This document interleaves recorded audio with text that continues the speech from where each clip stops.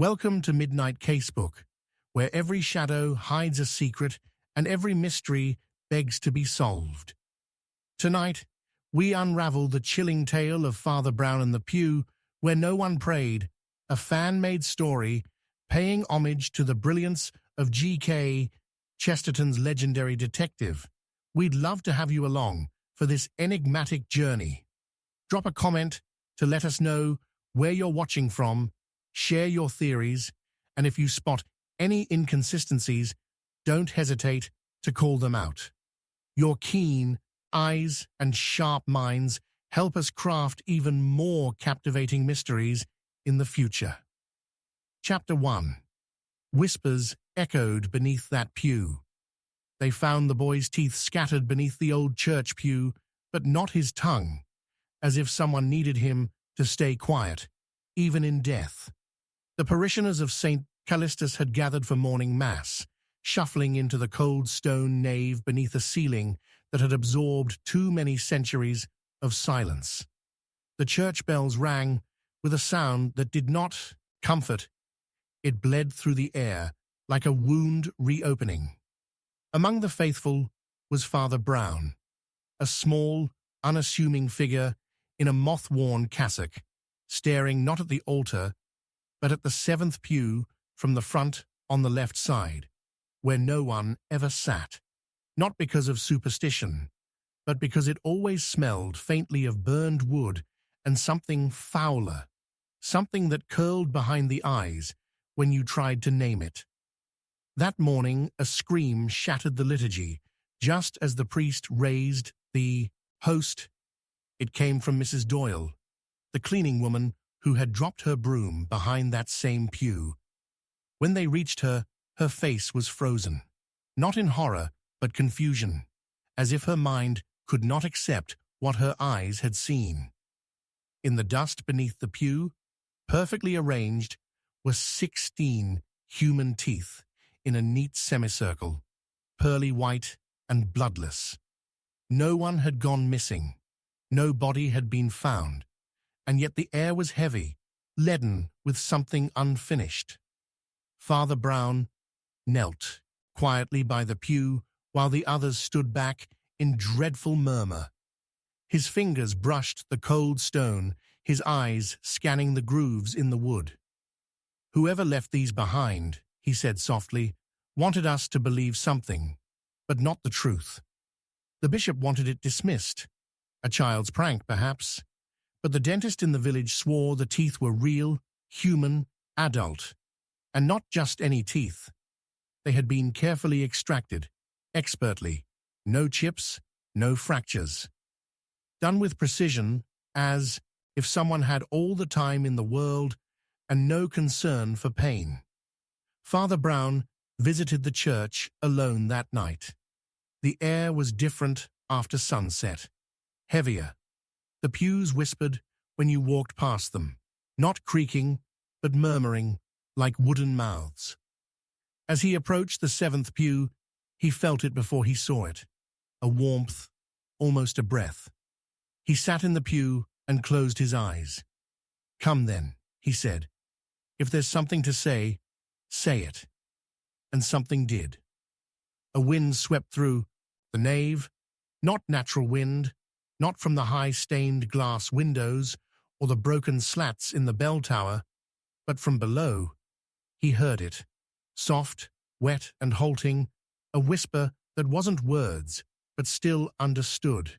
Not language, something before language. When Father Brown rose, the floor beneath the pew cracked. A narrow cavity, long hidden by carpet and tradition, revealed a hatch barely wide enough for a man to slip through. He returned the next morning with Constable Hargreaves, who brought a torch and too much skepticism. Together, they lifted the hatch.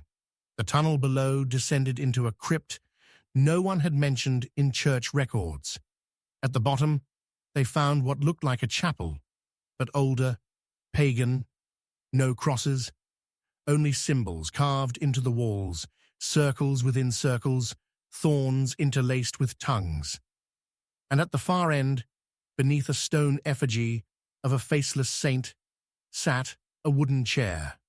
On it, a set of shackles still clung to the arms. "What kind of church does this?" Hargreaves muttered. "A church that forgot why it was built," Father Brown replied. As they examined the room, Hargreaves found something wedged in the crack of the effigy's base, a scrap of black fabric. Inside it, another tooth, this one etched with a cross. Someone had been held here, recently. And this wasn't history. They were standing inside an ongoing crime. That week, Father Brown watched his flock more carefully. He spoke less, listened more, especially to silence. It was Mrs. Doyle who first began to change. She stopped attending Mass. Her hands trembled too much to hold her broom. When Father Brown visited her, she was burning old photographs in her fireplace. "Some things are better forgotten," she said. The pew was empty for a reason. The next night, her house caught fire. She was found in her garden, collapsed and mumbling a name, Elias. No one knew an Elias in the parish. Not anymore. But Father Brown did. He had seen the name once in a forgotten baptismal record from 1923. Elias Haythorne, son of one of the church's early priests. The child was listed as deceased. Cause of death, unrecorded. The entry had been scratched out twice. Brown returned to the crypt alone. The air was suffocating now. He knelt before the effigy again, and this time he prayed. Not to God, but to the truth. And the whispers came back, but louder, faster. They were not alone. Behind him, footsteps. When he turned, no one. When he turned again, someone had written on the walls, in red chalk, "Beneath this pew, I died." He felt it. There was a memory trapped here, not a spirit, a secret so old it had learned to speak like a ghost. He brought back a historian from Oxford, a quiet man named Thomas Greaves, who confirmed the crypt's carvings were pre-Reformation. "This chapel isn't Christian," he said. "This was a place of punishment, not penance." "But the boy," Father Brown whispered, "what did he do to deserve this?" Greaves looked pale. "There's a ritual described in early Catholic heresies," he said. "A belief that sin could be drawn out from a person, physically, tooth by tooth, one for each commandment broken." That night, Greaves vanished. His body was never found. Only his shoes were discovered, placed neatly beside the pew.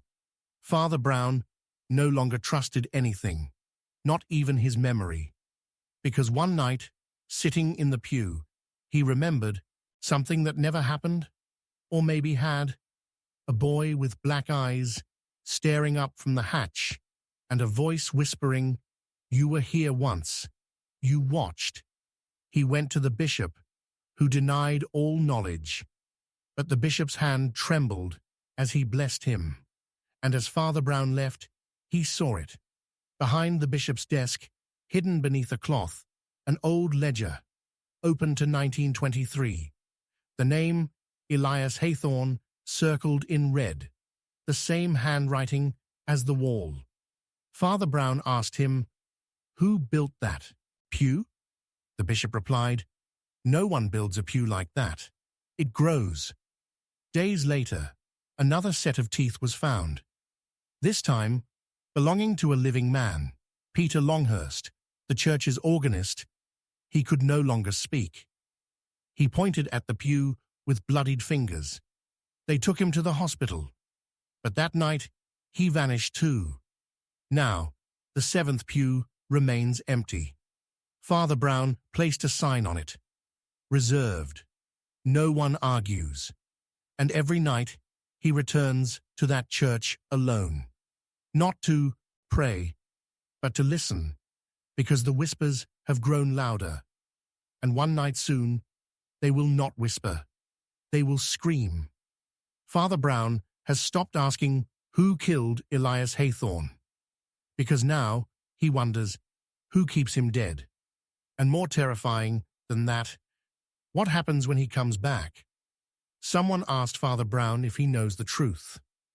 He smiled gently and said, "I know who did it, but the truth will never be told." Chapter 2. No one prayed that day. They opened the church doors and found every crucifix upside down, the holy water black, and the priest hanging from the choir loft, smiling. It was Corpus Christi Sunday in Kembleford, and for the first time in living memory, not a single soul had entered St. Callista's Church to pray. Not the devout Mrs. Redford, not the children from the school, not even Father Matthews, who had prepared the morning liturgy the night before with trembling hands and a voice that barely whispered. The church bell never rang. The organ never stirred. And by evening, a strange silence had fallen over the entire village, as if something had been swallowed whole. Father Brown was not in Kembleford that morning. He had gone to a small cottage on the edge of the forest to comfort a dying man whose confessions had been riddled with strange gaps and sudden laughter. But when he returned and found the gates of the church wide open, not a soul within, and the air reeking of rust and candle wax, he knew something had gone terribly wrong. The villagers gathered at the edge of the chapel, refusing to cross the threshold. No one had entered the building all day, not out of fear, but because something within them told them not to.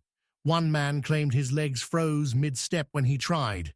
Another said he heard a child crying inside, but when he called out, the crying stopped, and something else answered. Father Brown entered alone, his cassock caught on the splintered edge of the door, tearing slightly, as if the church didn't want him inside. The moment he stepped in, he felt it. A wrongness, deep and thick like molasses in his lungs. The altar had been stripped bare, the candles had burned all the way down and left trails like tears across the wood. But most disturbing was the state of the pews. Each one had deep claw marks, as if something had tried to escape while sitting. In the choir loft above, Father Matthews was found hanged, his body swaying gently, his head tilted at an unnatural angle, but smiling, not peacefully, but cruelly, the way a mask might smile long after the actor has left the stage. And pinned to his vestments, a page torn from a Bible. Psalm 88. The only psalm that ends in complete despair. Father Brown gently removed the page, folded it, and placed it in his breast pocket. "You were trying to say something," he whispered, "but not in words." There was no sign of struggle, no sign of entry, only the smell of burnt incense and something underneath it, like old copper. The bishop declared it suicide. The papers said Father Matthews had been sick, but Brown knew better. "No one prays when God leaves the room," he murmured. That night, Father Brown dreamt of a boy in the pews, sitting alone, staring straight ahead, unmoving. When he walked toward him in the dream, the boy turned and had no face, only smoke. The next day, the church was sealed off. But Father Brown found a way back in through the sacristy. He stood in the pulpit and listened, not for sounds, for silence. And the silence spoke. There was something under the floor, beneath the nave, between the stones and soil. A second chapel. Or at least it had been one. It wasn't recorded anywhere. No maps, no deeds. But when Father Brown pried up one of the floorboards beneath the pew where the boy had sat in his dream, he found dust, not of this century. Ash, human ash, mixed with crushed bone and melted wax. The next evening, he approached Father Matthew's former quarters and found the journal the bishop had overlooked. The final entry was a single line. He asked me not to pray. Father Brown didn't sleep that night. He walked the grounds, watched the stars, and realized something terrifying. The church had been built atop an older place of worship, not Christian, not even Roman. Something pre-language, pre-morality, a place where silence was prayer, where noise meant trespass. He visited the diocesan archives and found an old drawing tucked into the corner of a map. Saint Callistus was once called the house without names, and its symbol wasn't a cross. It was a circle with a line through it, like a sealed mouth. When he returned to the church the next day, someone had broken in, not to steal, but to add. On the altar lay a severed lamb's tongue, still fresh, placed upon the communion cloth. Beneath it, a note written in charcoal. "You keep speaking. He doesn't like that." Father Brown burned the note and buried the tongue. But the silence was now pressing against him, inside him. In confessions, villagers spoke without knowing why. A child described dreams of a man inside the wall who listens. An old woman claimed she forgot how to say her own name. And the pews, they began to creak on their own at night, shifting as if someone unseen adjusted their weight. That Sunday, no mass was held. The villagers gathered outside the gates, and again, no one entered. Not one prayer was spoken aloud, and the sky above the church turned grey, not with weather, but with smoke.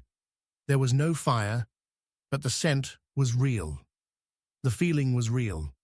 The absence of prayer had become a presence.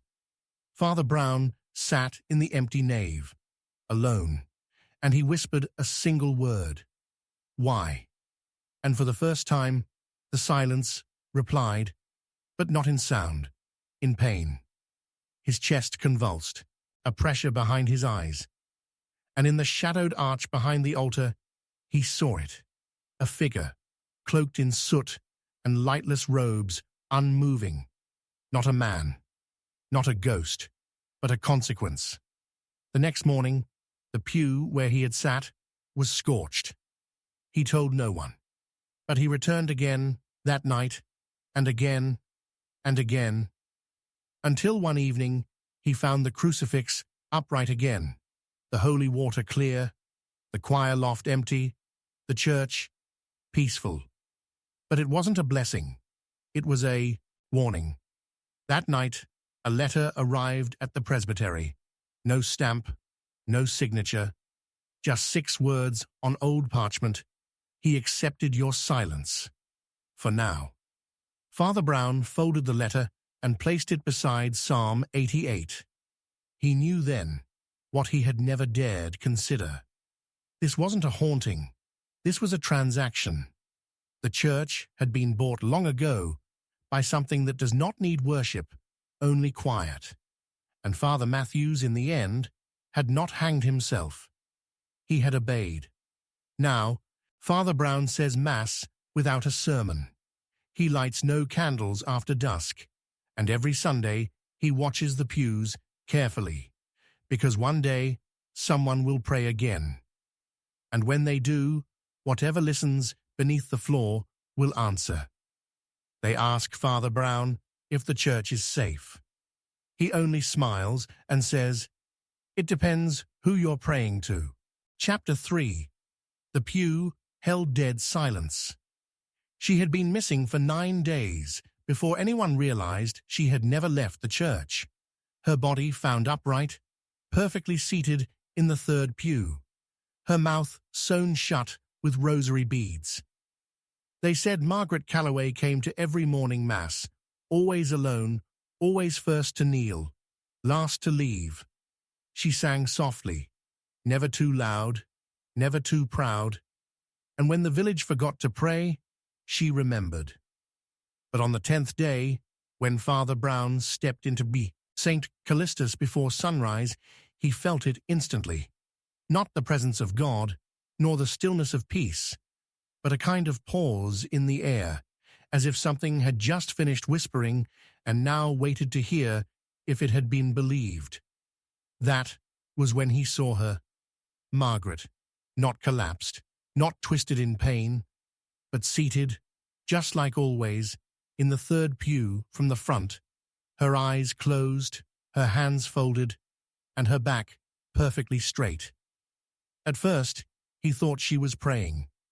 Then he noticed the color in her skin, ash gray, her lips torn and crudely bound by silver wire, threaded with the beads of her rosary, beads that should have been around her neck, not piercing through her mouth like a chain of punishment.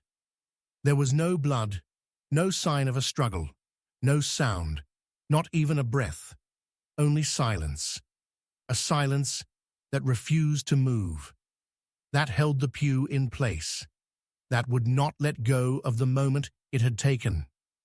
Father Brown knelt beside her and whispered a prayer, but the words felt wrong in his mouth, as if spoken into a space that no longer belonged to prayer.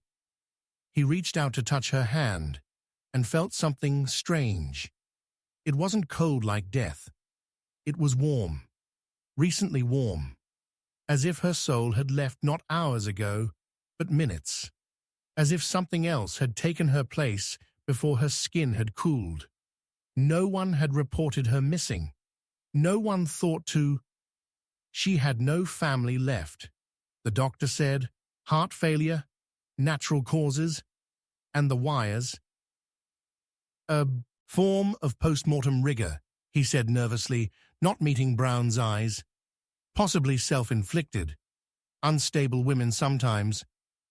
But Father Brown saw the signs.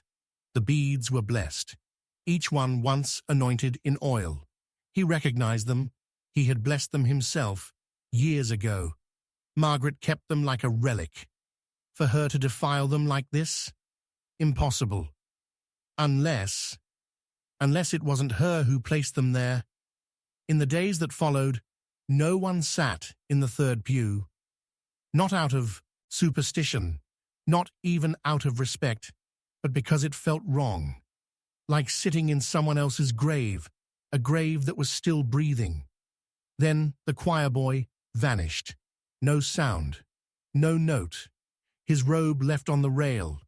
A single bead from a rosary placed beneath the pew. This time, not silver. This time blackened, scorched at the edges like it had been pressed against fire.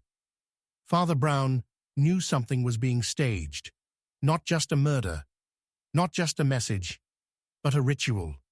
A sermon of silence. A liturgy without light. He began watching the pew every night, refusing to leave the church after hours. He sat in the dark, waiting, listening. And at 3:12 a.m., on the third night, he heard it. A sound that should not exist. It wasn't a voice. It wasn't movement. It was silence itself, folding inwards, an absence collapsing under its own weight. And from the third pew, he saw a shape begin to form. Not material, not spectral, but presence, intention, something without a body, but with a memory. He stood to approach it, but the air grew so thick he could barely lift his feet. The pew creaked, not from wood shifting, but as if someone unseen had shifted their weight. Something seated itself again, and then it vanished, but not completely, because beneath the pew, when he gathered the courage to look, he found something that had not been there the night before. A single page, torn from Margaret's old missal. It read, "Silence is where the scream begins." Father Brown brought the page to the bishop, but the bishop was already waiting for him, pale and weary-eyed. "I've been expecting this," he said. "There was an incident, years ago, long before your time." He pulled out an old, dust-covered ledger and opened it to a page marked with black wax. 1929. A woman was found in the third pew. Same posture, same silence, mouth filled with river stones. Priest at the time insisted it was a suicide, but his hands shook when he said it. He died 2 weeks later. No cause. Father Brown looked closer. The name of the woman, Margaret Calloway. The same. But that's impossible, Brown said. She was only 60. That would make her almost 100. The bishop closed the book. Sometimes things wear faces we recognize. That doesn't mean they were born with them. From that day on, the pew was no longer just a seat. It was a door, a shrine, a trap, and it was hungry. Brown began to notice the pattern. Every third week, someone in the village grew silent. Not just quiet, silent. A baker who forgot how to speak. A schoolgirl who wrote her own name backward. A postman who delivered letters with no ink. And always, the day before, someone would be seen, sitting in the third pew, just for a moment, just enough for the air to freeze around them. Then they would forget, and 3 days later, they would disappear. He found the choir boy, not alive, not buried, but returned. Seated in the third pew, eyes wide open. No wounds, no decay, but no heartbeat. And beneath his tongue, Father Brown found a second page from Margaret's missal. It read, "Every silence is a question." He burned the page, but the ashes spelled something in the shape they scattered on the stone. Soon. That night, Father Brown made a decision. He would sit in the pew, not to die, but to listen. He waited until the church was empty. Midnight. Rain tapping at the stained glass like knuckles too impatient to wait for dawn. He stepped into the pew, lowered himself down, and closed his eyes. Nothing. Then everything. He remembered things that were not his.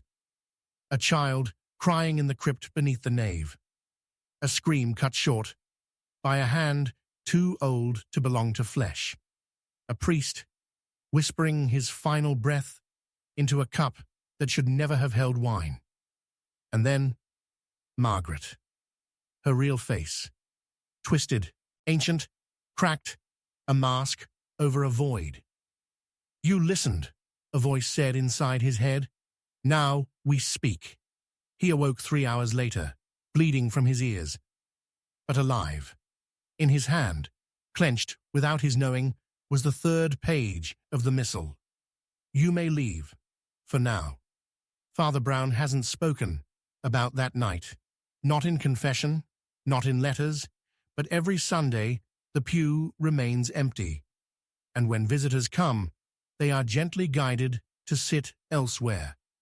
The choir boy was buried, but 3 nights later, someone dug up the grave. The body was missing, and in its place, a single rosary bead, now bone white. They say the church is cursed. They're wrong. The church is obedient. It holds what it's told to hold. It silences what it's told to silence. And the pew remembers everything.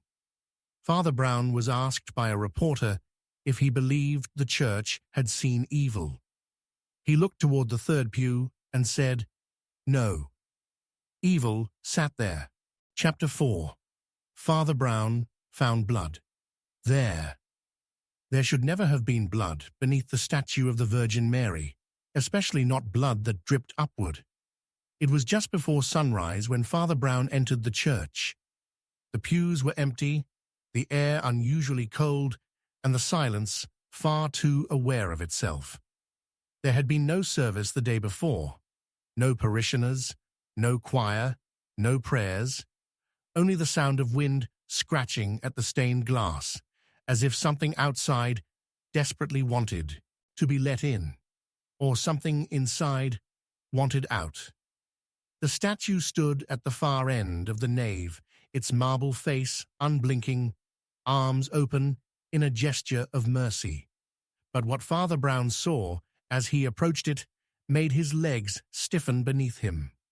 A single red drop was hanging from the base of the statue's feet, not rolling down, but hovering, clinging to the stone like it was trying to rise. He reached for it. It slid, slowly, into his palm. Warm, wet, fresh, blood. He turned his hand. Over. More drops began appearing, on the stone floor, on the hem of the statue's robe, not splashed, not spattered, but placed, carefully, deliberately, and beneath the pooling trail, written in that same deep red, one word was scrawled across the marble base. Remember. Father Brown staggered back, blinking at the message as it began to fade into the stone. Not dissolve, not drip, absorb, as if the church itself was swallowing the evidence. There had been no break-in. The locks were unbroken, the doors still bolted from the inside. But something had been here, something that left a warning, or a plea, or both. He didn't call the constable, he didn't alert the bishop. He simply knelt where the blood had begun to dry and whispered, "I'm listening." Later that day, he searched the church archives. Dusty ledgers, brittle scrolls, forgotten confession logs. He was looking for anything, any incident, any death, any sin that had stained the altar before, but what he found instead chilled him more than blood ever could. A single entry, no date, no signature, just a line written in frantic ink. She bled beneath Mary's eyes, but no one confessed. Who was she? There were no burial records, no missing person reports. He asked the oldest parishioner in town, Mrs. Langtry, who had been attending the church since the war. Her hands shook when he asked. "We don't speak of her," she whispered. "We're not allowed." "Who forbade it?" he asked. She looked at him with sunken eyes. The pew. That evening, Father Brown returned to the statue. The blood was gone. The stone was clean. But the word, "remember," had left behind a faint pink scar in the marble, like a wound trying to heal but unwilling to forget. He sat in the third pew, that pew, and waited. And something came. Not a person, not a sound, but a memory. Not his own. A memory forced into his mind, like fingers pushing through the back of his skull. He saw her, a girl no older than 16, kneeling beneath the statue, eyes wide with fear, lips trembling. She whispered something to the stone virgin, and then a hand, large and gloved, came from behind and covered her mouth. Father Brown gasped and clutched the edge of the pew as the image faded. He had seen it, not imagined, not dreamt, seen. He stood and walked slowly to the sacristy. Beneath the floorboards, behind the broken furnace, there was a crawl space few knew existed.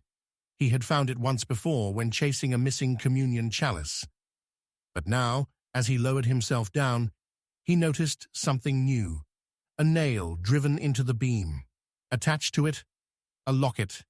Inside, a name etched in tiny cursive. Clara Renshaw. He returned to the archives and searched every record, every register, every list of parish confirmations, baptisms, and burials. No Clara Renshaw. But in one old box at the bottom of a locked cabinet, he found a stained church bulletin dated March 14th, 1948. It welcomed a new acolyte to the parish that week, Clara R. The same day the records show, the bishop gave an emergency sermon titled "The Silence of Forgiveness." The next night, he received an anonymous letter. No address, no stamp, only a small folded note.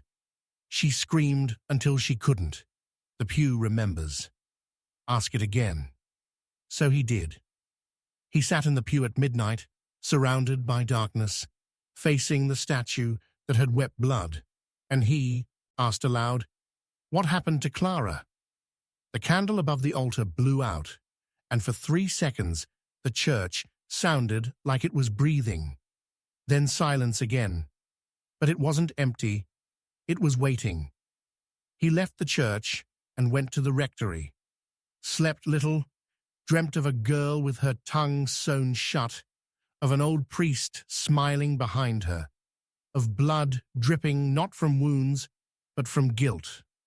The next morning, someone left an envelope at his doorstep. Inside, a black and white photograph.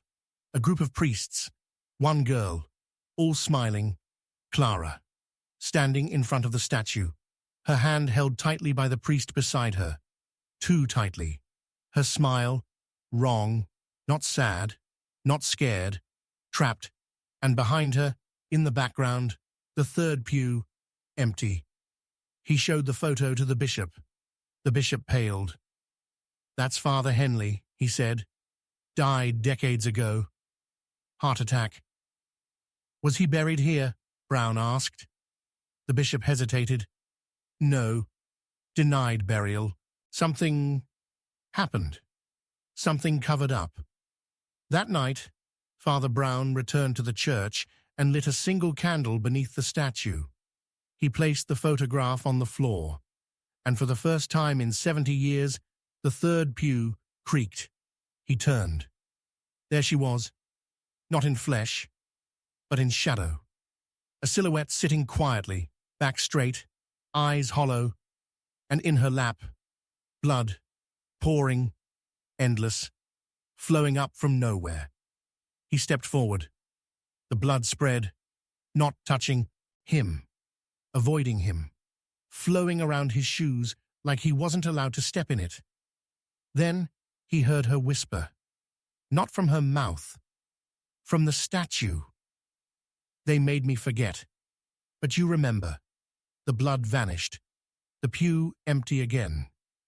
In the morning, the statue was missing its hands. Cracked clean off. No sign of vandalism. Just gone. And beneath it, in red chalk, "Now, what will she hold?" The villagers began to speak in riddles. A woman claimed her baby cried whenever they passed the church. A schoolteacher fainted during a funeral and woke screaming about stone eyes watching from inside. Father Brown burned the photograph, buried the locket, scrubbed the pew. But the message remained. The blood came back. Not every night, not always at the statue. Sometimes in the baptismal font, sometimes on the church bell, once on the mirror in the rectory, always with one word. Remember, he knows what they want, not justice, not peace, recognition. Clara Renshaw was erased, and now the pew refuses to forget. When asked about the blood, Father Brown says only this: "I found it. I know why it's there, but I won't say who left it, because if I do, she'll never rest again." And every Sunday before Mass, he places a single white flower at the base of the statue. He never tells the parish why, because the pew is listening, and it does not forgive lies. Chapter 5. Secrets Buried, Where Faith Died. They dug up the old church garden to plant lilies for Easter and uncovered a coffin with no lid, no name, and no body, only a priest's collar, soaked in dried blood. It had been a bitter Lent that year. Rain fell daily in Kembleford, soaking into the soil of St. Callistus like ink spreading across forgotten parchment. Father Brown moved through the chapel with heavier steps than usual. There had been whispers in the village, quiet ones, older than the people speaking them. A boy had gone missing. Not recently, not decades ago, longer. And not just one boy, several, lost in the folds of time, names erased from records, their absence remembered only in the cold places behind locked doors. It was the children who found the coffin. The youngest choir boys were helping the groundskeeper prepare for Easter. They were told to dig shallow beds for lilies beside the crumbling stone wall that once marked the perimeter of the original churchyard. But as the shovel struck something solid, there was no clang, just a dull, lifeless thud, as though the earth had decided to resist. They uncovered it slowly, an unmarked wooden box, roughly 6 feet long. No engravings, no carvings, not even a handle. Inside, nothing but a clerical collar, stained dark at the edges, a single rosary snapped in half, and the smell, something far older than decay, more like time itself, had rotted within it. The bishop ordered it, burned, quietly, immediately. No need to disturb the faithful. But Father Brown intervened. He demanded it be left untouched. This, he said, is not history. It's a question we have not dared to ask. That night, he stood alone by the open coffin, watching the wind lift the corners of the cloth beneath it.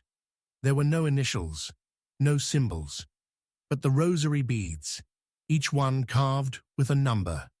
Roman numerals, I through 13. But 13 was missing. He checked the archives. Nothing. Not a single mention of a priest disappearing from Kembleford. No missing clergy. No irregular transfers. No anonymous burials. But that only deepened the mystery. Because someone had been buried here.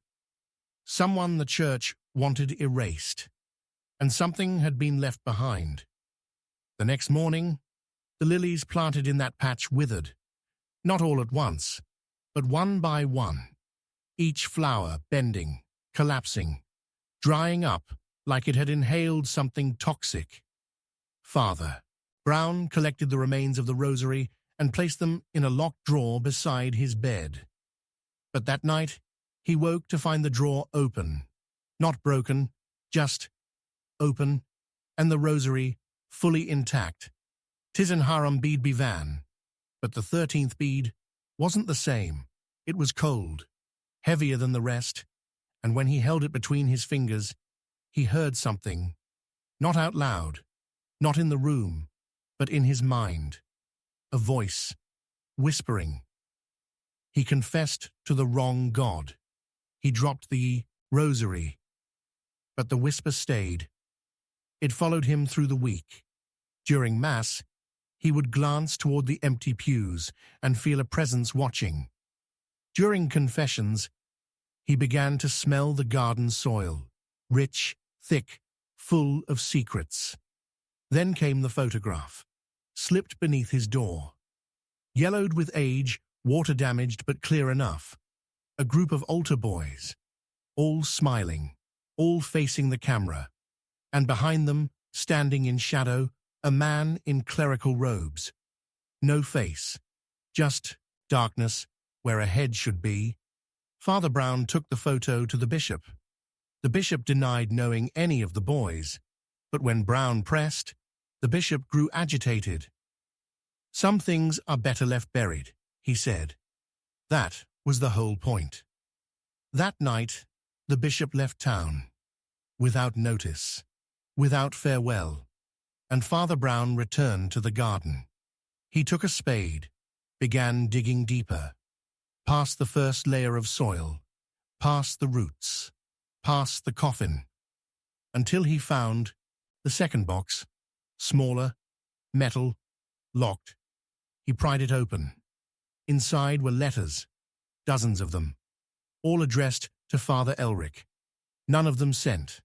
They were written by children. Handwriting varied, some shaky, some scrawled, some neat, all pleading. Please don't make me stay after choir again. I told my mum, but she slapped me. You said I'd go to hell." He read them all, hands trembling, face pale, and beneath the letters, one final envelope, unopened. He tore it gently. Inside, a confession. Not from a child, from another priest.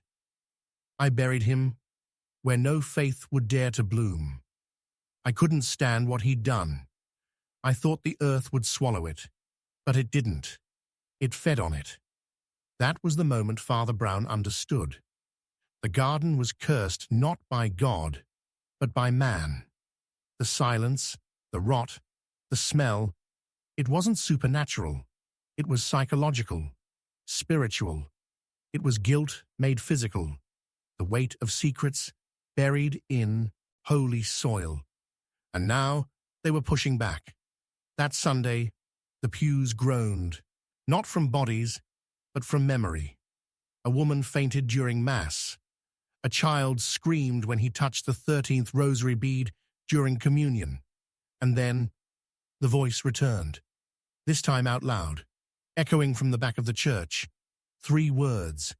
"Where is Elric?" The pews went silent. Candles snuffed themselves out. Father Brown stood alone at the altar. He whispered, "Gone." But the voice responded, "Not enough." The ground beneath the altar cracked, just slightly, but enough to hear it, like bones shifting in the earth. The next morning, Father Brown found every copy of the parish newsletter altered. Page 7 replaced with a single photograph, the one of the altar boys and the faceless priest. No one had reprinted them. No one knew how they'd gotten there. The printer hadn't even been turned on. That night, Father Brown buried the letters again, in a box, with a cross, with prayers. But as he sealed the dirt, a chill ran through him, because someone was watching, not from the trees, not from the sky, but from underneath. And this time, he heard a whisper, not in his mind, not in the wind, but inside his bones. "You can bury faith, but not truth."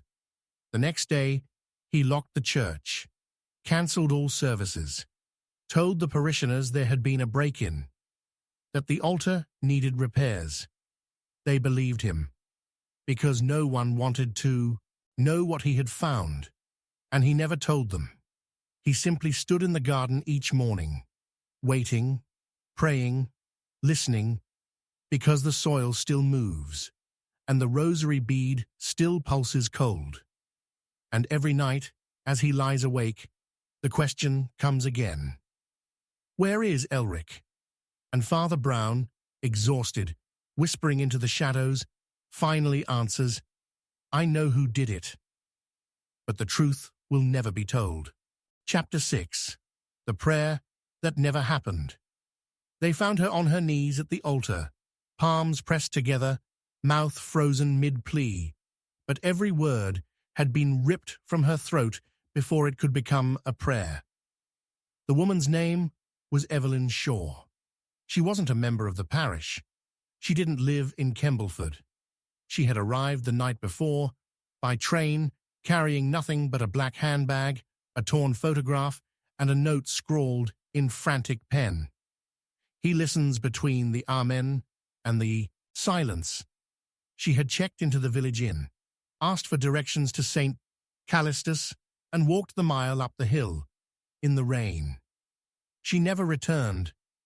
It was the innkeeper's wife who found her the next morning, seated before the altar like a statue of flesh. No blood, no bruises. But something was horribly, unmistakably wrong.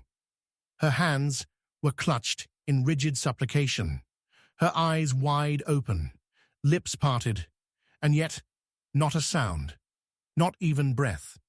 She was alive, but silent, frozen in a moment that never finished. And Father Brown, arriving minutes later, understood something had happened here that should not be named. He stepped into the nave and immediately felt it, not grief, not fear, but interruption, as if a great question had been asked.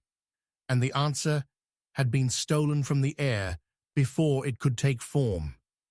Evelyn's mouth was open as though she had been speaking, but there were no words, no voice, no air, only that wide, gaping silence where a prayer should have lived.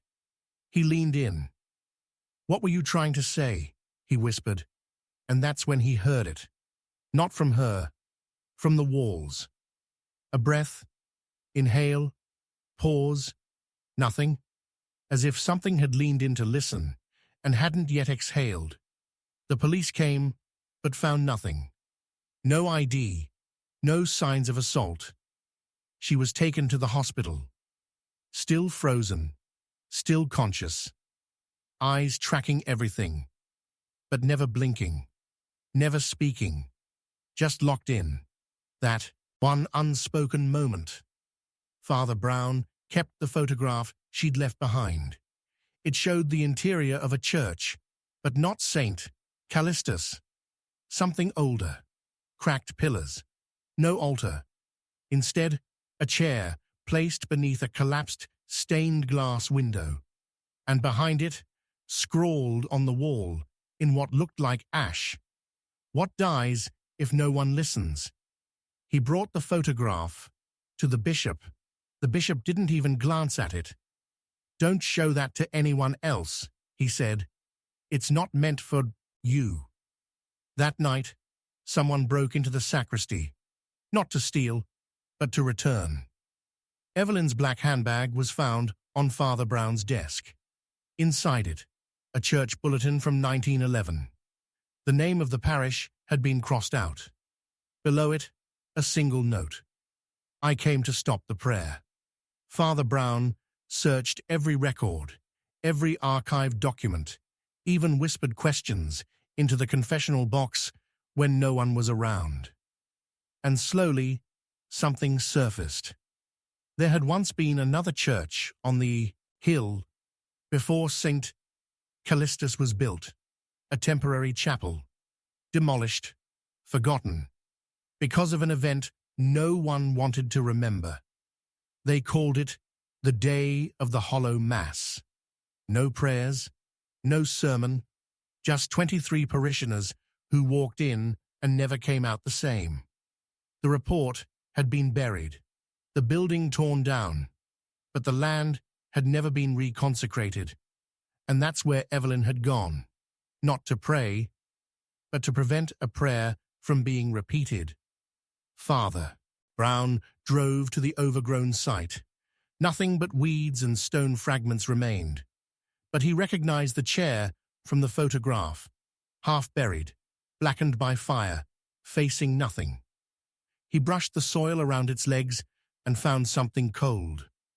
A shard of glass, stained red, a piece of the window from the photo, and carved into the back of the chair. "He doesn't hear the living." That night, the wind inside the church sounded different, more deliberate, like breath held too long. The candles blew out one by one, not all at once, but in a sequence, as if counting. Father Brown returned to the hospital. Evelyn was still frozen, but this time her eyes were crying. Silent tears, her hands now clenched tighter, so tight the skin cracked. He took her hand and whispered the Lord's Prayer. At the word Amen, she jerked violently. Her mouth opened wider, and something came out. Not a scream, not a voice, just a whisper. "He's still waiting." Then silence again. The next morning, the confession box was filled with shredded pages of old hymnals. None from recent weeks, all from decades ago, all the same page, the same hymn. "Let all mortal flesh keep silence." Father Brown pieced the pages together, and beneath the lyrics, scrawled in blood, "The prayer must never finish." He returned to the ruins, dug beneath the chair. His fingers struck wood. A box. Inside, 13 folded slips of paper, each one a prayer, each one unfinished, stopped mid-sentence. Names cut off, beginnings without ends, except one. The final paper was blank, except for a date. Tomorrow. He returned to St. Callistus. It felt colder now, the walls heavier, as if weighed down by listening. He stood at the altar and tried to speak, but couldn't. Not from fear, but from resistance. Something pressing against his tongue. He whispered into the air, "Who was the prayer for?" And from the rafters, something fell, a single key. It didn't match any door in the church. Not the sacristy, not the rectory, but behind the altar, beneath the trapdoor leading to the old cellar, there it fit. He descended into darkness and found a room he didn't know existed. Stone walls, candle stubs, and on the far wall, hundreds of names carved in deep, desperate lines. Names of those who had prayed, names of those who never returned, and one name still being carved, slowly. Letter by letter. His. He stepped back, and the carving stopped. Evelyn died that night.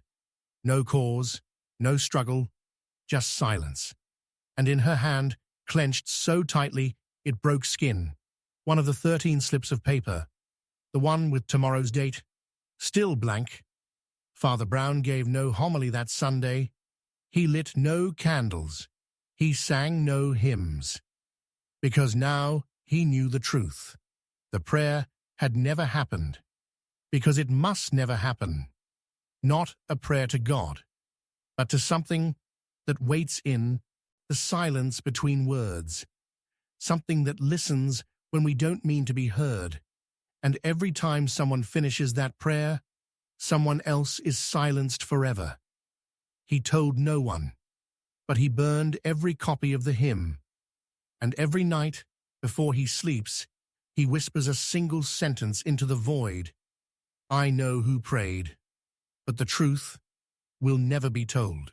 Chapter 7. A killer sat in silence. There were 16 people in the chapel during morning mass, but only 15 walked out, and no one noticed the one who stayed behind was already dead.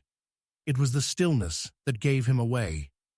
Not the silence, not the slumped posture, not even the blood that had soaked through the wooden pew like spilled ink. Just stillness, too perfect, too deliberate. The man sat upright, his coat buttoned neatly, head tilted slightly forward in the manner of reverence. To the others, he looked like a man deep in prayer. But to Father Brown, returning after blessing the tabernacle, he looked like a question that had already been answered. The man's name was Francis Dale, a stranger to Kembleford. No one had seen him arrive. No one had greeted him. His name wasn't in the guest book at the inn. He hadn't asked for mass intentions. But there he was, dead, silent, seated, and utterly alone in a room full of believers. The coroner's report was short, a stab wound to the heart, delivered precisely and cleanly. No defensive marks, no blood trail, just a single incision, deep and quiet, almost professional, but there were no weapons found, no suspects seen entering or leaving, and not a single person reported hearing anything unusual, not a grunt, not a scuffle, not even the sound of breath leaving a body. And then came the note, tucked into the hymnal in front of the victim. 6 words written in slanted black ink. A killer sat in silence. Not the killer. A killer. Father Brown read the note over and over. The choice of article disturbed him more than the murder. It suggested plurality. It suggested presence. It suggested something he couldn't yet face. The village murmured, of course. Speculation grew like weeds. The newspapers reported it as a random act, a rare instance of violence in a quiet town. But Father Brown as always, knew better. He visited the pew, sat exactly where Francis Dale had died. The wood was still stained, despite the cleaning, the air around it still heavy. He closed his eyes, and in the silence of that church, he did not pray. He listened, and something answered. Not a voice, not a whisper, just a memory, not his own, a rush of fear, a glimpse of pale hands holding something sharp, the echo of a breath not yet taken. He stood, heart racing. This was no ordinary murder. He examined the man's coat. No identification, no wallet, but in the inner pocket he found a page torn from a book, a novel, the last sentence underlined twice. And so he sat, knowing the sin would follow him into silence. Brown recognized the line, a rare book, banned for its content in some circles, about a priest who commits a crime but finds no punishment except knowing. It was symbolic, but this wasn't a symbol. This was a ritual. He returned to the rectory and examined parish records. No one by the name of Francis Dale had ever written to St.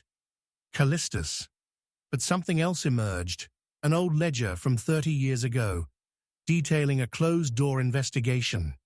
A man had died in the same pew, same posture, same silence, same absence of answers. His name, Benjamin Reeves, cause of death, unknown, circumstances, eerily identical. And beneath that record, a handwritten annotation, a quote. The pew remembers. The silence takes twice.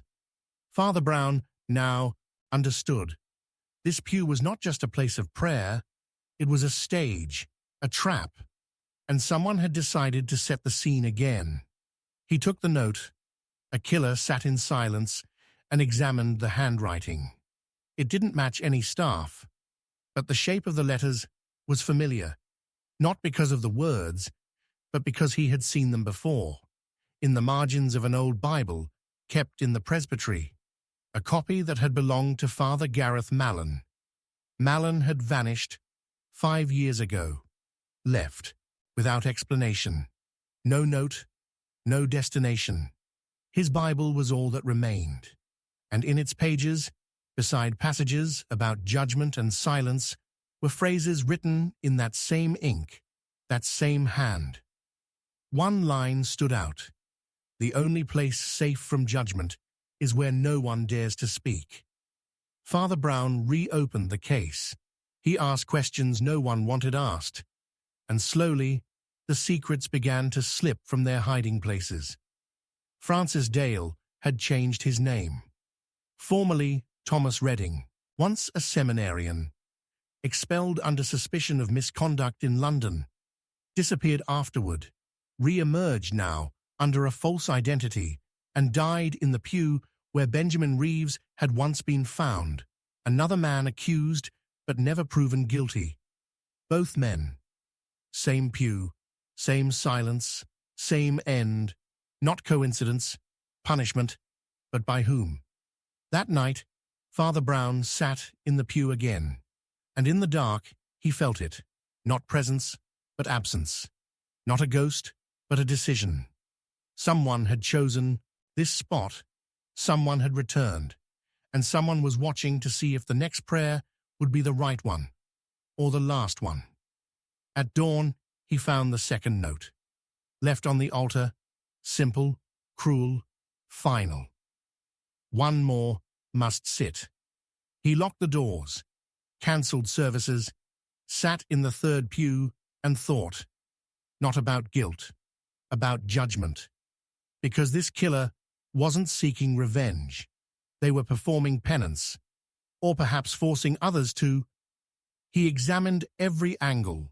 Who had been in the church? Who had touched the pew? Who might be next? But the list was too long, too many secrets, too many pasts, until one name surfaced, his own. He remembered something then. Years ago, a confession he never reported. A man had whispered sins too dark to speak again, and Brown had absolved him, not because he believed the man deserved it, but because he had believed that silence was safer than truth. And now, the silence had grown teeth. That evening, he returned to the pew, sat alone, waited, but no one came. Only the candlelight, flickering violently as though the air had turned sharp. And then a sound, a slow creak, a breath held too long, and a figure stepping from the shadows. Not a ghost, not a memory, a man, living, breathing. He sat beside Brown, said nothing, and placed a third note in his hand. You knew. Brown didn't speak. The man stood, left, and when Brown opened the note again, the ink had vanished. That night, he burned the old Bible, burned the ledger, burned the history, because the pew had already chosen. A killer had sat in silence, and the silence had learned to kill. When asked if he solved the case, Father Brown simply says, I know who did it, but I cannot say, because if I speak, the silence might finally break. Chapter 8.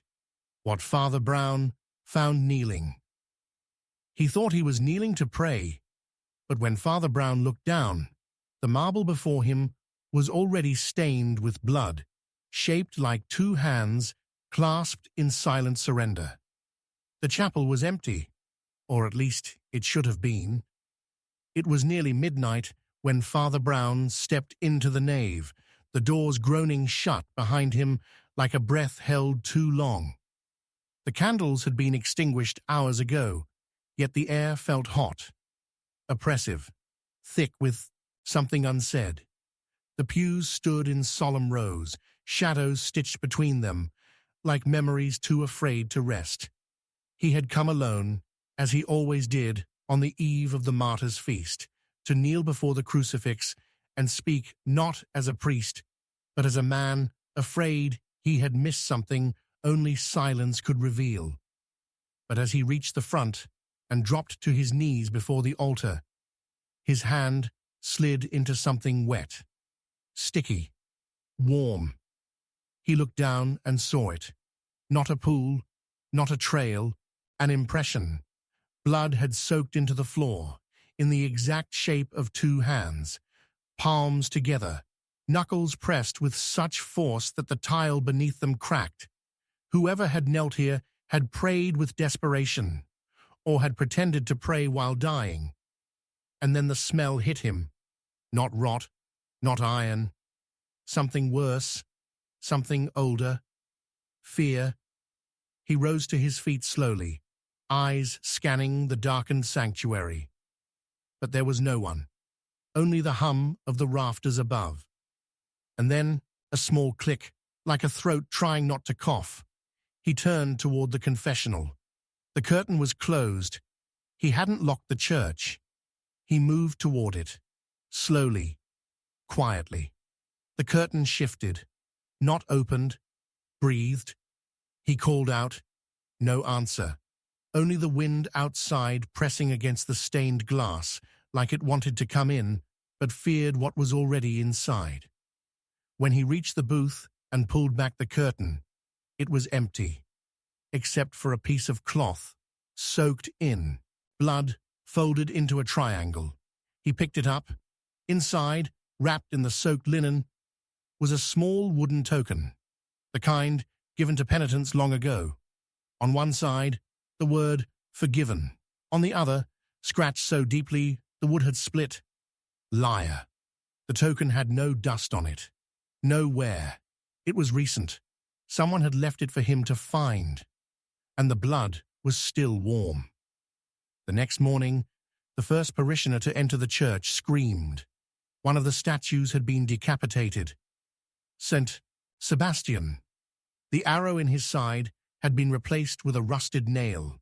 His head was found beneath the altar, eyes still painted open, lips curved into something that looked nothing like piety.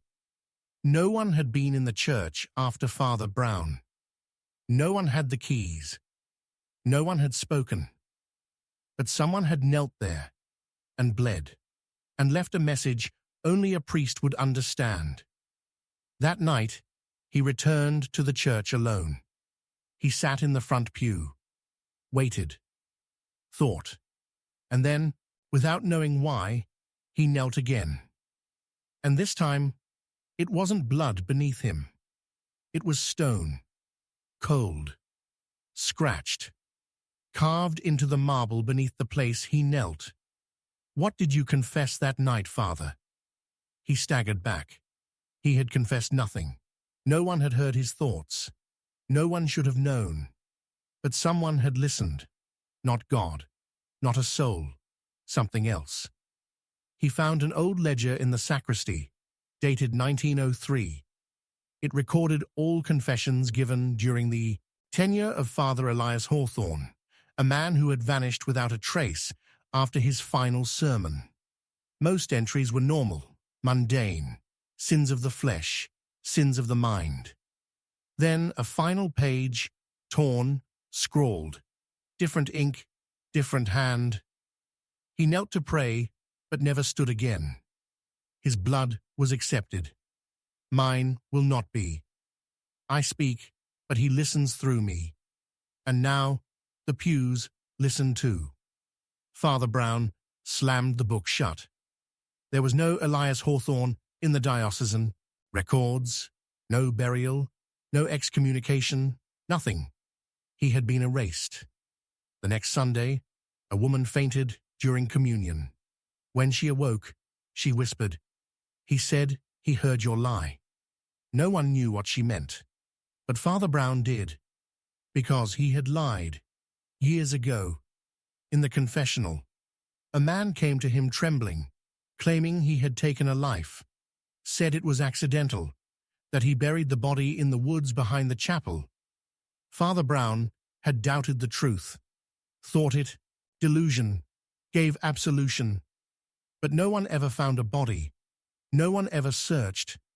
And now, someone had, because that same evening, the woods behind the chapel were dug up, not by police, not by villagers, but by something. The soil was torn, clawed, and in the hole, left like an offering, was a single kneeling stool, broken, bloodied, and carved on the seat. He should not have forgiven me. Father Brown burned the stool, but the blood reappeared.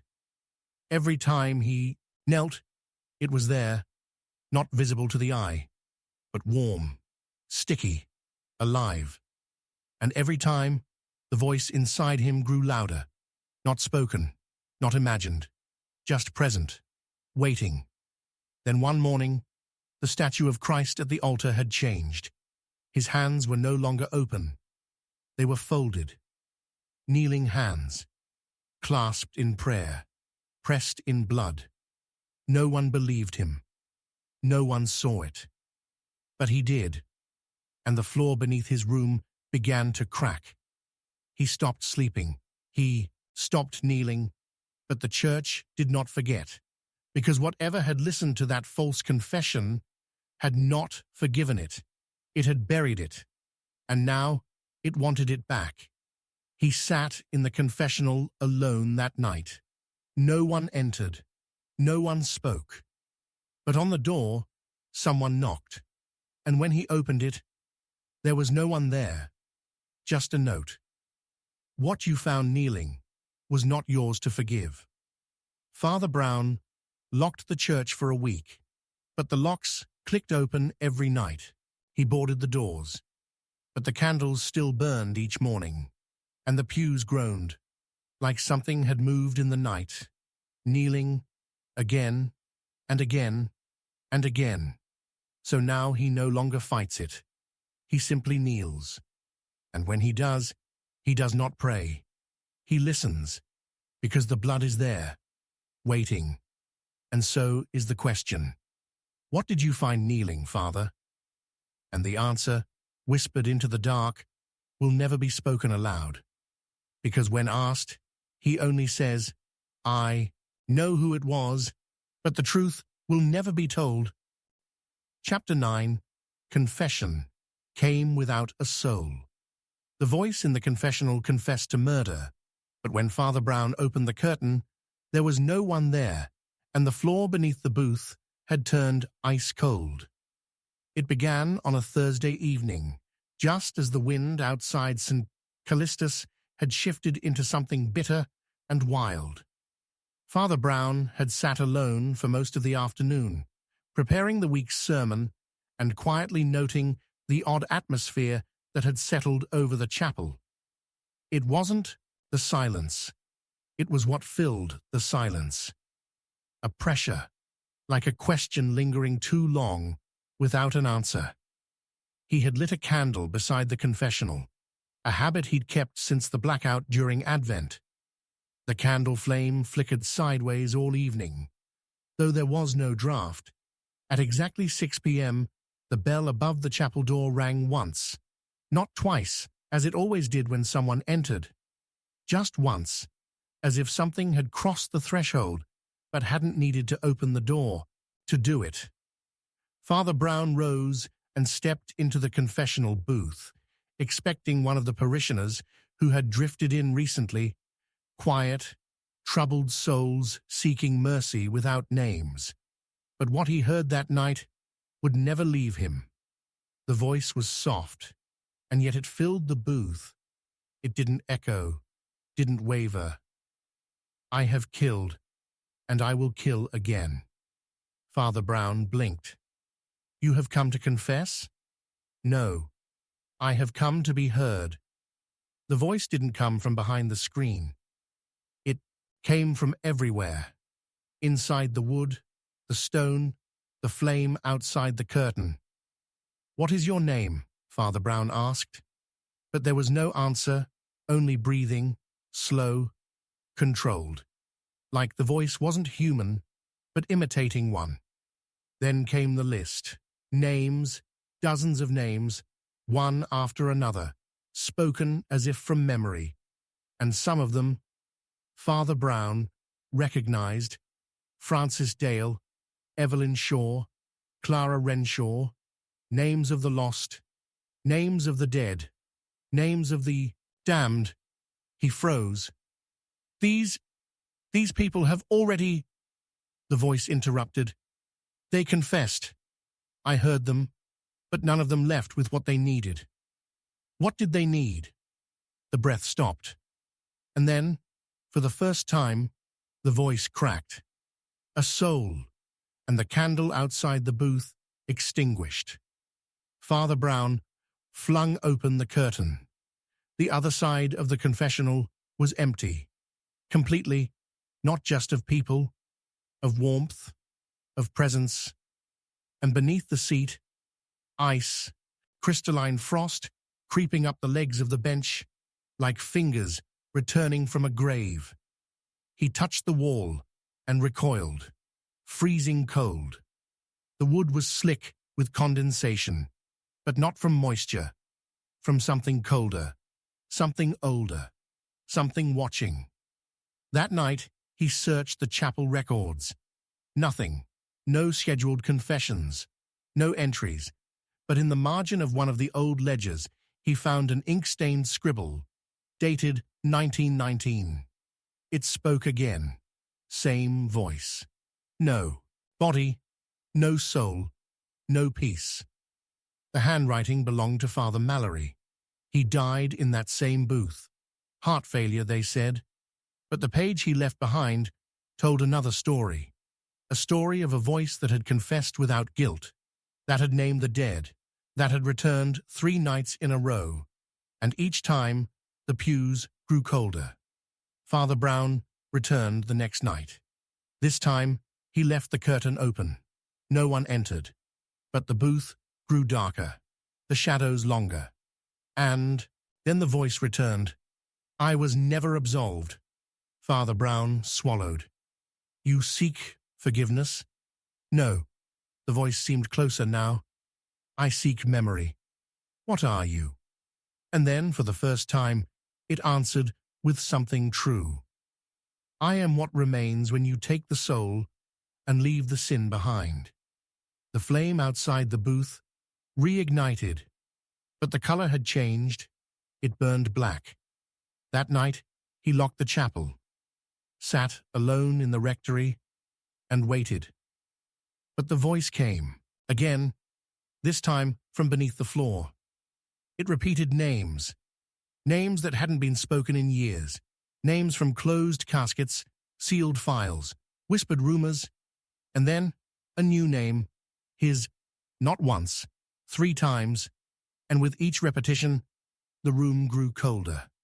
That Sunday, he called off confession entirely, told the parish there had been damage to the booth, but still he found footprints in the dust each morning, small, bare, leading to the booth, and inside, a note, always the same words.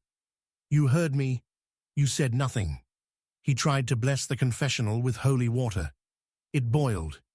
He placed a cross inside. It cracked. Then came the birds. Dozens found dead outside the chapel doors. Eyes wide, beaks frozen open, like they had screamed and been silenced. The bishop came, saw nothing. He asked Father Brown to rest, to let the past lie.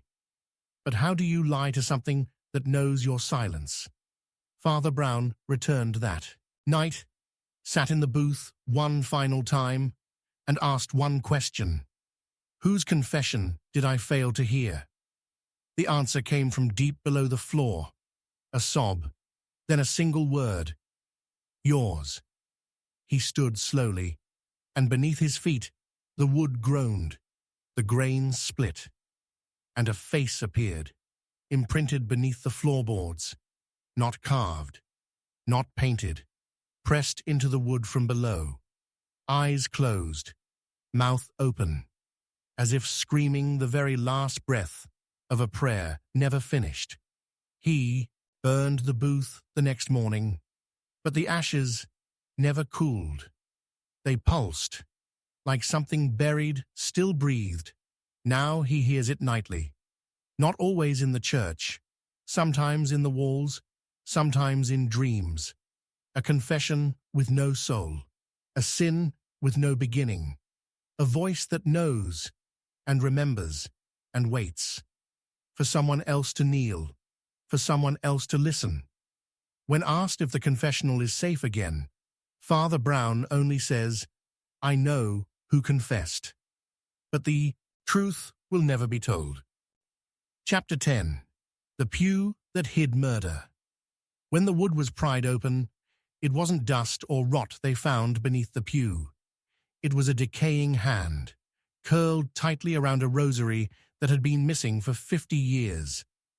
The morning sunlight barely touched the interior of St. Callistus. Father Brown had arrived earlier than usual, just before the bell rang 7, intending only to water the altar lilies. But as he stepped down the aisle toward the chancel, something odd caught his eye. The 6th pew from the front on the left side, long believed to be slightly uneven due to old warping, now sat lower than the others, its legs sunken into the floor by what appeared to be force, not age. It leaned as though bearing a burden no one could see. Curious, he knelt beside it. His fingers traced the edge of the wood. He noticed something then, a faint, metallic scent. Not quite blood, not quite iron, but something memory recognized even when logic refused. The wood bore no sign of fresh scratches, but when he pressed his hand flat against the pew's underside, a crack echoed up through the nave. Hollow. He fetched a crowbar from the maintenance closet and returned with grim resolve. It took only one pull to pry the first slat loose. What lay beneath it was not a nest of insects or old communion bulletins. It was a human hand, pale gray, mummified by time, bone peeking through torn skin. The fingers were locked around a rosary, its crucifix rusted, its beads cracked. One by one, parishioners gathered behind him as he stepped back in silence. No one spoke, because everyone knew the story. 50 years ago, a woman named Lydia Harron had vanished. A widow, mid-30s, devout, soft-spoken. She had last been seen in that very church. She came every evening to pray, and then one night, she never left. Her disappearance had become local myth. Some said she ran off, others whispered suicide. But no one imagined she had never left the church at all. Until now, the authorities arrived. The pew was removed entirely, exposing a narrow space beneath it, no wider than a coffin. And there, curled like a secret too afraid to confess itself, were the full remains of Lydia Harron. Murder. Not illness. Not accident. Murder. The autopsy revealed blunt force trauma to the skull. The broken rosary had been clenched so tightly that shards of it had embedded in her palms. And most horrifying of all, a scrap of paper sewn into the lining of her coat. 4 words, "He watches from behind." Father Brown could not sleep that night. He sat in the pew where she had once prayed. He looked toward the altar, then slowly turned his head to the place the note had referred to. Behind, the church's great wooden crucifix hung high on the wall behind the altar, and behind it, a small crawl space existed, a hidden platform used decades ago by bell ringers and choir staff. It had long been sealed, or so they thought. Brown climbed the old staircase behind the pulpit and pried open the door. The space was cramped, filled with decades of dust, mouse bones, and forgotten hymnals. But one thing stood out immediately. Footprints. Recent ones. Dust disturbed in a clear path from the door to the small slit in the wood that overlooked the sanctuary.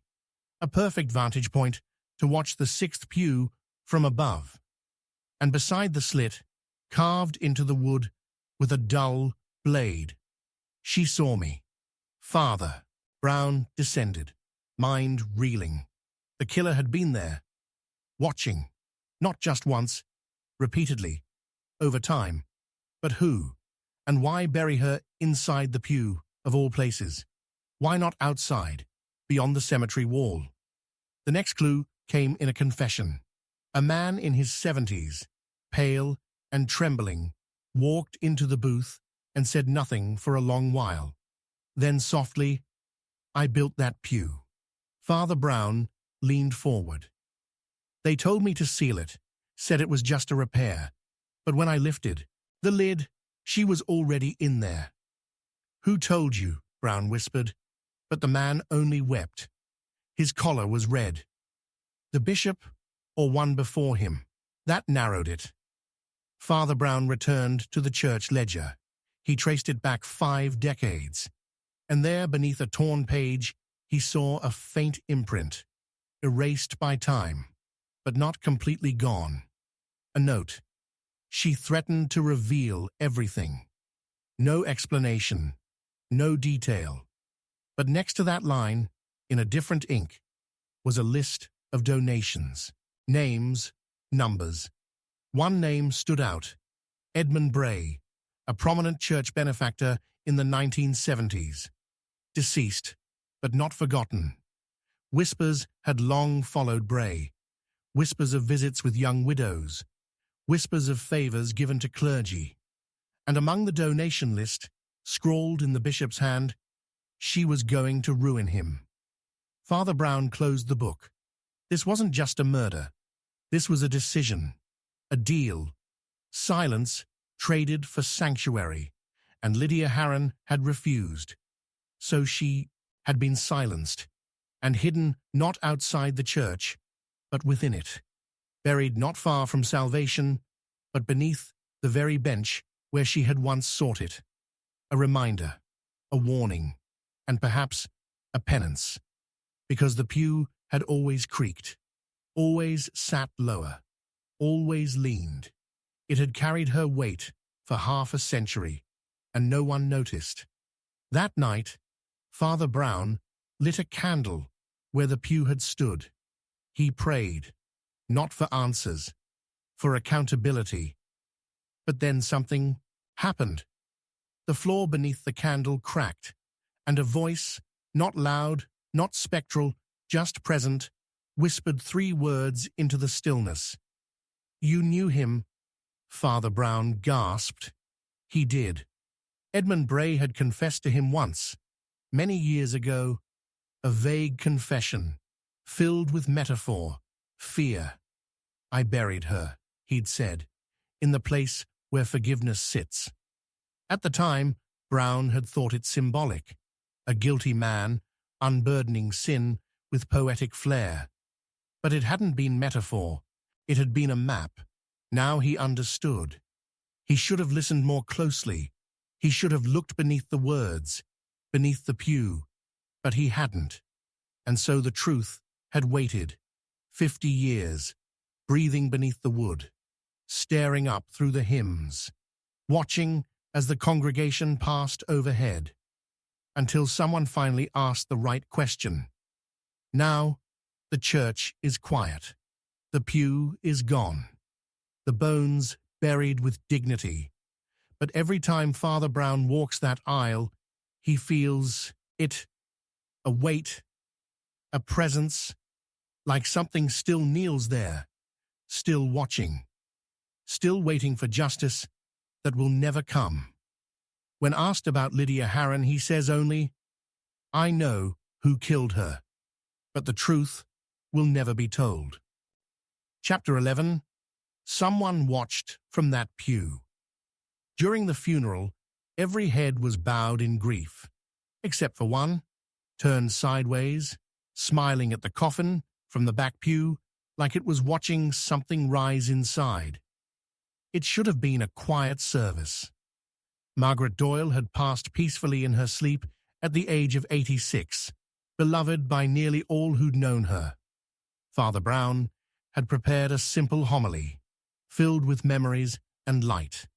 And yet from the moment the church doors opened that morning, something in the air refused to be still.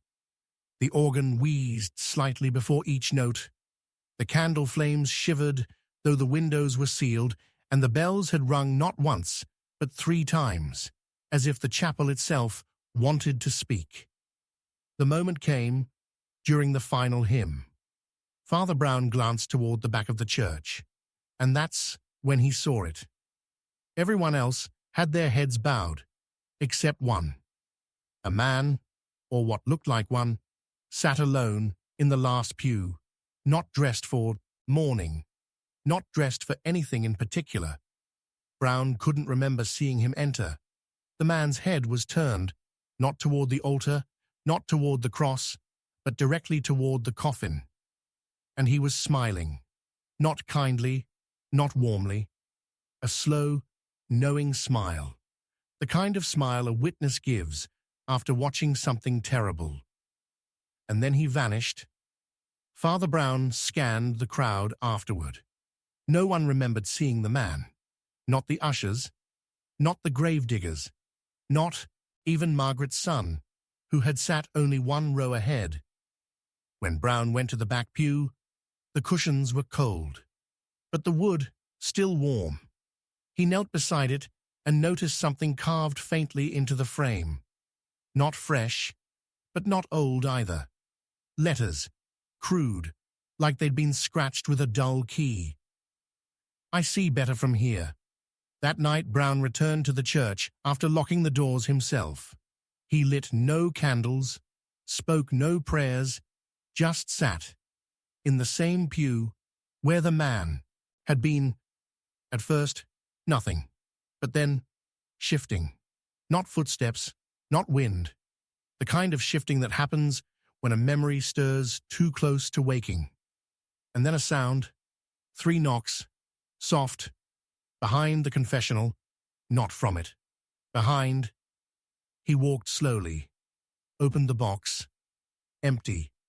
But on the back wall, something had been written, finger drawn in dust. You forgave him, but I watched. Father Brown didn't sleep. He pored over old parish ledgers, notes from Margaret, Doyle's long life. She had served in the choir, the women's guild, the bereavement group, and yet one entry stood out. From 1967, a funeral for a child. John Rennet, a boy of 10, drowned in the river behind the vicarage. No foul play suspected. But Margaret had written something on the back of the service program. A note, scrawled in pencil. Someone watched him drown. Brown found the original program inside an old file. She had kept it, folded it, and beside the boy's name, she'd underlined the time of death. 3 p.m. That same day, an unknown visitor had signed the church guest book. Only initials. A G. The handwriting matched the carved message on the pew, and below the signature, a quote, "The soul never leaves alone." Brown sat in the pew again that night. The same pew, the back row. And this time, he brought the program. He placed it beside him and whispered, "Who was watching?" The air behind him grew heavy. And then for the first time, he felt it. Breath. On the side of his neck. Close, slow, not cold, warm, human. But when he turned, the church was empty. Except for a mirror. Not one he had ever seen before. Standing where the organ pipes should have been, it reflected the entire chapel. Except for the pew, it was gone in the reflection, vanished, as if whatever watched refused to be watched itself. He covered the mirror, but the next morning it was uncovered again. And the pew had moved, just slightly, 1 inch forward. The bishop called it superstition, old wood, settling. But Brown knew the truth. The pew wasn't settling. It was approaching. Every night, closer to the altar, and every night, more carvings appeared. He lied in confession. I watched her take the child. No one believed me. One morning, a body was found in the garden behind the church. A man in his 60s, unknown to the town. In his coat pocket, a slip of paper with 3 words. I watched you. No ID, no wounds, no struggle, and on his palm, burned into the flesh, the letters, a G. When the pew was inspected again, they found something beneath the seat, a compartment, sealed by time. Inside it, a pocket watch, still ticking, stuck on 3 p.m., the exact time John Rennet had drowned. Father Brown closed the compartment, locked the pew with iron nails. But the next night, the watch was back on the altar, ticking, unstoppable, and beside it, the mirror, reflecting nothing. Now no one sits in the back pew, not by request, by instinct, because every time someone tries, their breath shortens, their skin chills, and they feel eyes, not hostile, just waiting. When asked what's wrong with the pew, Father Brown doesn't answer. He only turns toward the mirror and whispers, "Someone is always watching." When pressed if he knows who watched John Rennet drown, who watched Margaret Doyle die, who sits in silence at the edge of every funeral, Father Brown only says, "I know who it is." But the truth will never be told. Chapter 12. The church refused to speak. When they broke open the plaster behind the altar wall, they found a mouth carved into the stone, stitched shut with iron wire, and still warm to the touch. It was supposed to be routine maintenance. A cracked section of the sanctuary wall had threatened to collapse, and Father Brown, ever practical, had approved the repair without ceremony. No one expected to find anything behind the paint and dust, certainly not a face. But when the final layer was peeled away, the workers screamed and dropped their tools. There it was, a human mouth sculpted into the stone itself, not ancient, but recent, horrifyingly recent. The lips stretched wide as though mid-cry, but sewn tightly together with rusted metal. A mouth that had once been open, a mouth that had been closed. They touched it. It was warm. The entire church seemed to flinch. Father Brown arrived just minutes later. One look at the expression carved in stone, and he knew this wasn't symbolic. It wasn't artistic. It was a message, or a warning. That night, he stayed long after the others had gone. The moonlight filtered through the stained glass, casting fractured saints across the pews. But the silence in the chapel was too thick, like it had swallowed something and hadn't finished digesting. He stood before the stitched mouth, now fully exposed, and beneath it, scratched into the stone in faint, frantic strokes. It was never meant to speak. The question was, what had it once said? The church records were no help, no mention of construction in that area, no signs of recent work. But Father Brown remembered something, a brief passage in an old bishop's letter he had once found folded into the back of a hymnal. It had read, "Some truths are not buried in soil, but in stone." And now the stone was starting to bleed. The next day, the birds refused to enter the chapel. They circled the bell tower endlessly, cawing in strange rhythms. 3, 1, 3, 1, over and over, like a code. Then came the girl. She couldn't have been older than 10.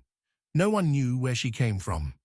She walked in during morning mass, barefoot and pale, and sat alone in the last pew. When Father Brown approached her gently after the service, she looked up at him with empty eyes and whispered, "It told me things." He crouched beside her. "What told you?" She pointed at the altar, at the wall, at the mouth, and then she said something he would never forget. It said the church is lying. That night, the mouth was gone, vanished, but not erased. Its impression remained. A faint outline, a ghost pressed into the stone. And beneath it, in the same frantic scratching as before, "You tried to bury it." Father Brown didn't sleep. He opened every drawer of every cabinet in the sacristy, every sealed envelope, every blacklisted text. He read all the banned passages, the redacted pages, the incomplete letters, and one name kept returning. Sister Constance Hale, excommunicated in 1913. For what? No record stated, but her journals had been partially preserved, hidden away in a locked wooden box in the back of the vestry, buried beneath choir robes no one wore anymore. He pried it open with a letter opener and read, "There is a mouth behind the altar. I saw it open once. It spoke in a voice that wasn't a voice. It sang in reverse. The bishop said it was just decoration, but I heard it beg me not to leave." The last line of her journal was worse. "The church is hiding its own guilt, and I fear one day it will begin to rot from the inside." Father Brown slammed the book shut. The candle beside him flickered out. From the chapel, something groaned. Not wood, stone. He ran to the sanctuary. The mouth was back, but now the stitches had broken. One strand of rusted wire dangled, swinging slowly, and beneath it, a fresh message scratched into the base. "You can hear it now." He didn't want to, but he did. A voice. From beneath the church. From within the stone. Low. Gravelly. Impossible. It wasn't speaking words. It was showing them visions. A boy crying inside the confessional, a woman screaming into the pews while everyone turned away, a bishop signing a paper with shaking hands and locking it in a box, then silence, and then a final word. Remember. Father Brown staggered back. The air tasted like metal. He covered the wall with a cloth, but it bled through, red, pulsing, alive. The next day, every Bible in the church was found open to the same verse, Isaiah 29:15. Woe to those who go to great depths to hide their plans from the Lord, who do their work in darkness and think, who sees us? Who will know? That week, 3 parishioners confessed sins that had nothing to do with them. A woman cried that she had drowned her own sister. A man claimed he buried a child in the garden, but none of it had happened. Not to them. The church was speaking through them. Or perhaps someone else was. By Sunday, the pews were mostly empty. Those who came did not sit near the altar. They whispered. They watched the wall. And then the wall changed again. New words. The church knew, and it chose silence. Father Brown confronted the bishop. The bishop shook his head slowly. I warned them. In 1972, when they sealed the well beneath the sanctuary, I said it would come back. Brown stared. The what? The well? There was once a stone well beneath the altar. They say it was dug before the church, that it led somewhere deep, too deep. And they sealed it with prayer and bricks and fear.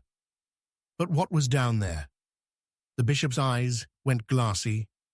The part of God we don't talk about. That night, the wall split. A crack opened beneath the stitched mouth, and Father Brown descended, beneath the altar, into the dark, into the forgotten chamber where the well had once stood. And there he found it. Not a hole, a door, carved from black stone, with 12 marks across its face, each one matching a symbol on the old choir windows, symbols that had been removed decades ago. And on the door, speak and we return. He did not speak. He left the chamber. He bricked the stairwell shut. He poured oil on the cloth covering the wall, and he set it ablaze. But the stone did not burn. It only darkened. And now, every night, the whisper returns. Not loud, just close, and always the same words. The church refused to speak, but we remember. Father Brown has since removed every crucifix from that wall. He won't hold Mass near it. And when asked if the wall ever truly spoke, he says only, I know what it said, but the truth will never be told.